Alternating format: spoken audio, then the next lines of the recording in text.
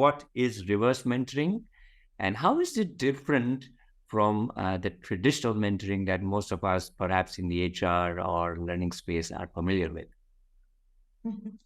Okay, so maybe what I will do, I'll start with the most familiar one, the traditional mentoring, Sure. which we all kind of do it across organization.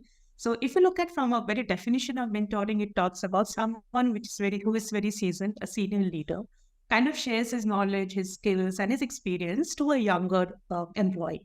And it can come with different reasons, right? You may want a growth of an employee, you want a promotion, you want a retention. There are different reasons why you set up a mentoring discussion or the overall mentoring program. Now, if we just reverse the concept, right? Instead of a seasoned HR or business leader, it is more of a young talent who is kind of sharing his skills, his knowledge, or his experience to a seasoned leader. So that's how the concept gets reversed, and we call it reverse mentoring. It has also evolved because of the changes in the organization dynamics, the changes in the organization demographics, and the changes in the skill set, where organizations started realizing that there are a younger group of employees who are much more proficient or much more expert in a certain field, which the leaders are not. And that's how the entire concept started.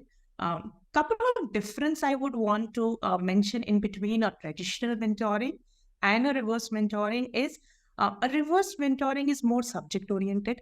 It is not like a generic discussion where a young talent goes and start talking to a leader. It's more of a subject oriented where as an organization we identify a subject and we want leaders to learn from the younger population.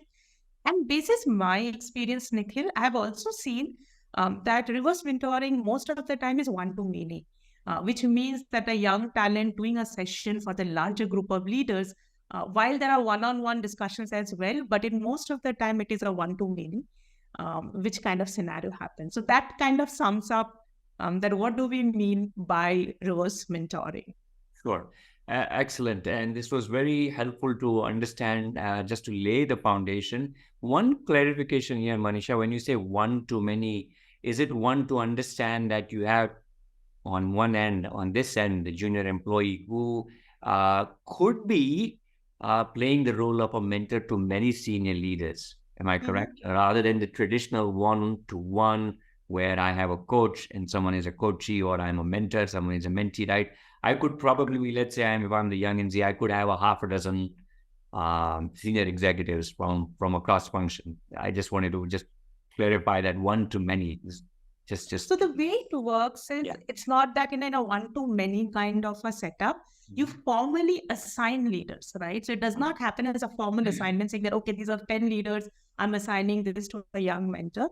In a one-to-many, it is more of suppose I have some young talent. It can be one or two talent who are very good, taking technology, like a drone technology, right? Someone who is very good in drone technology, have done a lot of reading and have done a lot of work, maybe some experimentation work, and which is very nascent from a business perspective, right?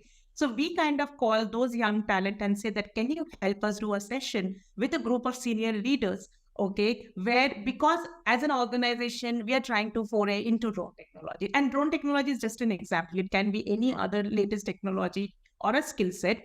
So that's how a one to many arrangement works.